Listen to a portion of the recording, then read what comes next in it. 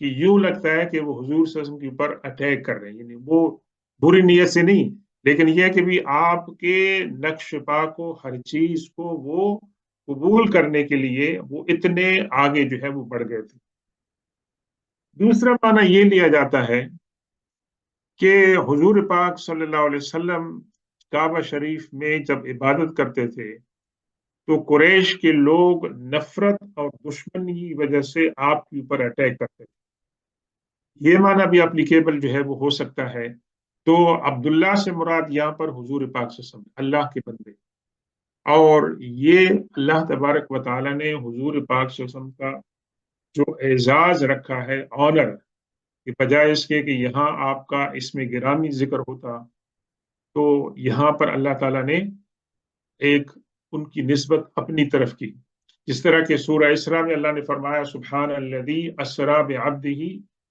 لیلا من المسیح، اللہ تبارک و تعالیٰ وہ پاکیزہ ذات ہے کہ جس نے اپنے بندے کو سیر کرائی رات کے تھوڑے حصے میں، تو وہاں پر بھی عبد کا ذکر ہے،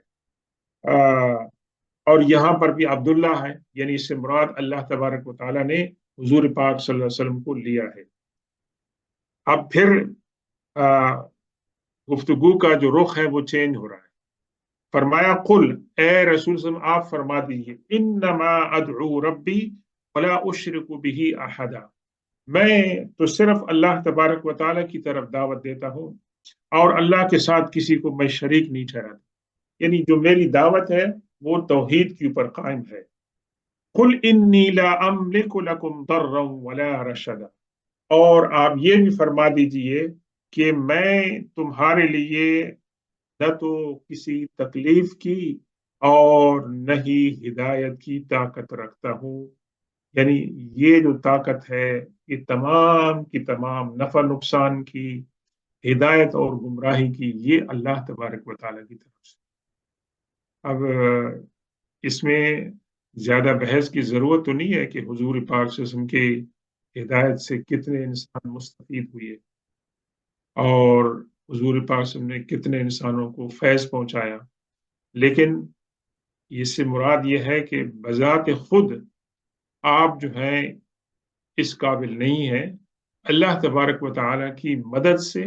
اور اللہ کی طاقت سے اور آپ کی اجازت سے آپ یہ ہدایت کا کام جو ہے وہ انجام دیتے تھے۔ قل انی لن یجیرنی من اللہ احد ولن اجد من دونہ ملتحدا، آپ یہ بھی فرما دیں کہ مجھے اللہ کے سوا کوئی پروٹیکشن نہیں دے سکتا۔ اس آیت کے شان نزول کے بارے میں یہ ایک روایت ملتی ہے کہ مشرکین نے یہ کہا تھا کہ اگر آپ اللہ کی عبادت نعوذ باللہ چھوڑ دیں اور آپ کو جو سفرنگ ہو رہی ہے، جو تکلیف ہو رہی ہے، ہم آپ کی پروٹیکشن کریں گے، ہم آپ کی حفاظت کریں گے، آپ کو کوئی نقصان نہیں پہنچائے گا، آپ کو کوئی تکلیف نہیں پہنچے گی۔ اس کے جواب میں کچھ مفسرین نے کہا کہ اس کے جواب میں یہ آیت نازل ہوئی، قل انی لن یجیرنی من اللہ، کہ مجھے اللہ تعالی کے مقابلے میں کوئی بھی پناہ جو ہے وہ نہیں دے سکتا ہے، میں صرف اللہ کی پناہ لیتا ہوں۔ وَلَنْ أَجِدَ مِن دُونِهِ مُلْتَحَدًا، اور دوسری بات یہ ہے کہ اللہ تبارک و تعالیٰ کے علاوہ میں کہیں پر جا کر پروٹیکشن جو ہے وہ میں نہیں پا سکتا کہ جہاں مجھے پناہ مل سکے اللہ کے سوا۔ تو یہ اللہ تبارک و تعالیٰ کی طرف سے حضور پاک صلی اللہ علیہ وسلم کو بتایا جا رہا ہے کہ نفع اور نقصان کا مالک اللہ تبارک و تعالیٰ ہے، اور جس کو اللہ تبارک و تعالیٰ نقصان پہنچانا چاہے اسے کوئی نہیں بچا سکتا، اور جس کو اللہ تبارک و تعالیٰ بچاتا ہے اسے کوئی نقصان جو ہے وہ نہیں، الا بلاغا من اللہ ورسالہ۔ ہاں، ایک بات کے اندر ایگزمپشن ہے، ایک بات کے اندر استثناء ہے کہ جہاں پر کہ اللہ تبارک و تعالیٰ کی جو رسالت ہے اس کی تبلیغ کا مسئلہ ہے، وہ اس کے اندر ایگزمپشن ہے، یعنی اللہ تبارک و تعالیٰ کی جو تبلیغ اور اس کی رسالت کی جو باتیں کریں گے اللہ تبارک و تعالیٰ ان کو پروٹیکشن عطا فرمائے گا۔ وَمَن يَعْصِ اللَّهَ وَرَسُولَهُ فَإِنَّ لَهُ نَارَ جَهَنَّمَ خَالِدِينَ فِيهَا۔ اور یہ کہ جو لوگ اللہ اور اس کے رسول کی نافرمانی کرتے ہیں تو وہ جہنم کی آگ کے اندر ہمیشہ رہیں گے۔ ایک لفظ خالدین ہے، ایک ہے ابدا۔ خالد کے معنی میں بھی ہے ہمیشہ کے لیے رہنا، اور پھر اس کو مزید کہہ دیا ابدا کا معنی ہے کہ وہ اس کے اندر ہمیشہ ہمیشہ رہیں گے۔ حتی اذا رأوا ما یوعدون فسیعلمون من اضعف ناصرا واقل عددا۔ یہاں تک کہ جب وہ دیکھیں گے جس بات کا ان سے وعدہ کیا گیا تھا پیغمبروں کی زبان میں اور اللہ کے کلام میں، اس وقت وہ جان جائیں گے، اس وقت وہ یقین کے ساتھ جان جائیں گے من اضعف ناصرا۔ ناصر کہتے ہیں سپورٹر، جی پروٹیکٹر، ہیلپر۔ تو وہ جان جائیں گے کہ کون سب سے زیادہ کمزور ہے اس معاملے میں کہ ان کا کوئی پروٹیکٹر نہیں ہے، ان کو کوئی سپورٹر نہیں ہے۔ وہ اقل عددا، اور کون ہے جو سب سے زیادہ سب سے کم ہے تعداد میں، عدد کے معنی میں ہے گنتی میں، تو اس دن ان کو جو ہے وہ پتہ چل جائے گا۔ قل ان ادری اقریب ما توعدون ام یجعل له ربی امدا۔ اب یہ دوبارہ گفتگو کا رخ جو ہے حضور پاک صلی اللہ علیہ وسلم کی طرف سے ہے، لیکن اللہ تعالیٰ فرماتا ہے قل، آپ فرما دیں، اللہ کی طرف سے کہا جا رہا ہے ان ادری، مجھے اس کا علم نہیں ہے، مجھے اس کا علم نہیں ہے کہ جس بات کا تم سے وعدہ کیا جا رہا ہے وہ قریب ہے یا اللہ تبارک و تعالیٰ نے اس کی کوئی میعاد مقرر کی ہے۔ یعنی یہ جو قیامت کا جو علم ہے اس کو اللہ تبارک و تعالیٰ نے اپنے پاس رکھا ہے۔ انبیاء کرام کو اللہ تبارک و تعالیٰ نے اس کی علامات کے بارے میں بتایا ہے، لیکن قیامت کب واقع ہوگی اس کا صحیح علم جو ہے اللہ تبارک و تعالیٰ نے اپنے پاس رکھا ہے، یہ اس کے بارے میں ہے۔ عالم الغیب، اللہ تبارک و تعالیٰ ہے جو غیب کو جانتا ہے۔ فلا یظہر علی غیبہ احدا، اور اللہ تبارک و تعالیٰ اپنی جو غیب کی باتیں ہیں اس کے اوپر کسی کو مطلع نہیں کرتا، کسی کو نہیں بتاتا، الا سوائے من ارتضی من رسول، اپنے رسولوں میں سے کسی رسول کو وہ چن لے تو اس رسول کو وہ اپنی غیب کی باتیں جو ہے وہ بتاتا۔ اور نبی اپنی اس نے لغوی معنی کے لحاظ سے نبی وہ ہوتا ہے کہ جو غیب کی باتیں بتاتا ہے، جی، لیکن اس کو غیب کی باتیں اللہ تبارک و تعالیٰ کی طرف سے ملتی ہیں۔ تو یہاں اللہ تعالیٰ نے فرمایا کہ علم غیب اس کے پاس ہے، اور اس کے علم غیب پر کسی کا جو ہے وہ نہیں ہوتا ہے سوائے اس کے کہ جن کو اللہ تبارک و تعالیٰ اپنے رسولوں میں سے وہ چن لیتا ہے۔ فَإِنَّهُ يَسْلُكُ مِن بَيْنِ يَدَيْهِ وَمِن خَلْفِهِ رَصَدًا، ایسے رسولوں کو جن کو وہ منتخب فرماتا ہے ان کے آگے اور ان کے پیچھے رسدا، ایسے اللہ تعالیٰ کی پروٹیکشن ہوتی ہے، اللہ تعالیٰ کے محافظ ہوتے ہیں جو ان کی نگرانی کرتے ہیں کہ ان کے پاس جو علم ہے اس علم کو جو ہے کرپٹ نہ کیا جا سکے، تو ان کے آگے اور ان کے پیچھے اللہ تبارک و تعالیٰ کی پروٹیکشن ہوتی ہے۔ لِيَعْلَمَ أَنْ قَدْ أَبْلَغُوا رِسَالَاتِ رَبِّهِمْ، یہ جاننے کے لیے اللہ تبارک و تعالیٰ کہ انہوں نے اللہ تبارک و تعالیٰ کی جو رسالت ہے وہ بندوں تک پہنچا دی، انہوں نے پیغام پہنچا دیا ہے۔ وَأَحَاطَ بِمَا لَدَيْهِمْ، اور اللہ تبارک و تعالیٰ کو اس بات کا علم ہے کہ ان کے پاس کیا کیا چیزیں ہیں، ان کی زندگی کیا ہے، اس تمام کا اللہ تبارک و تعالیٰ کے علم نے احاطہ کیا ہوا۔ وَأَحْصَىٰ كُلَّ شَيْءٍ عَدَدًا، اور احصا کے معنی ہوتے ہیں شمار کرنا۔ وَإِن تَعُدُّوا نِعْمَتَ اللَّهِ لَا تُحْصُوهَا، اگر تم اللہ تبارک و تعالیٰ کی نعمتوں کو شمار کرنا چاہو، لا تحصوها، تم ان کا احاطہ نہیں کر سکتے۔ تو یا اللہ نے کیا فرمایا، وہ احسا، اللہ تعالیٰ نے جو کچھ بھی کل شیء عددا، ہر چیز کو بطور گنتی کے اللہ تبارک و تعالیٰ کو اس بات کا علم ہے کہ کتنے انسان ہیں، کتنے درخت ہیں، کتنے پتھر ہیں، کتنے جنات ہیں، فرشتے ہیں، درختوں پر کتنے جو ہے وہ پتے ہیں اور پھل ہیں، اور زمین کے نیچے کیا ہے، تہ میں کیا چیز ہے، یہ تمام کے تمام عددہ کا معنی ہے اللہ تبارک و تعالیٰ کو تمام چیزوں کی گنتی کا جو ہے وہ علم ہے۔ سبحان اللہ، یہ اللہ تبارک و تعالیٰ کے علم کی جو ہے وہ آ، کمال کی بات ہو رہی ہے کہ اللہ تعالیٰ ہر چیز کا خالق ہے، لیکن خالق ہونے کے ساتھ ساتھ اللہ تبارک و تعالیٰ کو اپنی ہر مخلوق کا علم بھی ہے کہ کون کون لوگ ہیں، کیا کیا چیزیں، ان تمام کے بارے میں اللہ تعالیٰ کو علم ہے۔ تو یہ ہے سورہ جن کی آیت نمبر 28۔ اس کے اوپر ہم کنکلوڈ کرتے ہیں، اللہ تبارک و تعالیٰ سے دعا ہے اس سورہ مبارکہ میں ہم نے جن مضامین کا مطالعہ کیا، اللہ تبارک و تعالیٰ ہم کو سمجھنے اور ان پر عمل کرنے کی توفیق عطا فرمائے، اور اللہ تبارک و تعالیٰ قرآن کی برکتیں ہماری زندگیوں میں شامل فرمائے۔ اللہ تعالیٰ قرآن کی اس محفل کی اندر ہماری حاضری کو ہماری دنیا اور آخرت کے اندر خیر و برکت کا ذریعہ بنائے۔ وصلی اللہ تعالیٰ علی خیر خلقہ سیدنا و مولانا محمد و آلہ و اصحابہ اجمعین برحمتک یا ارحم الراحمین۔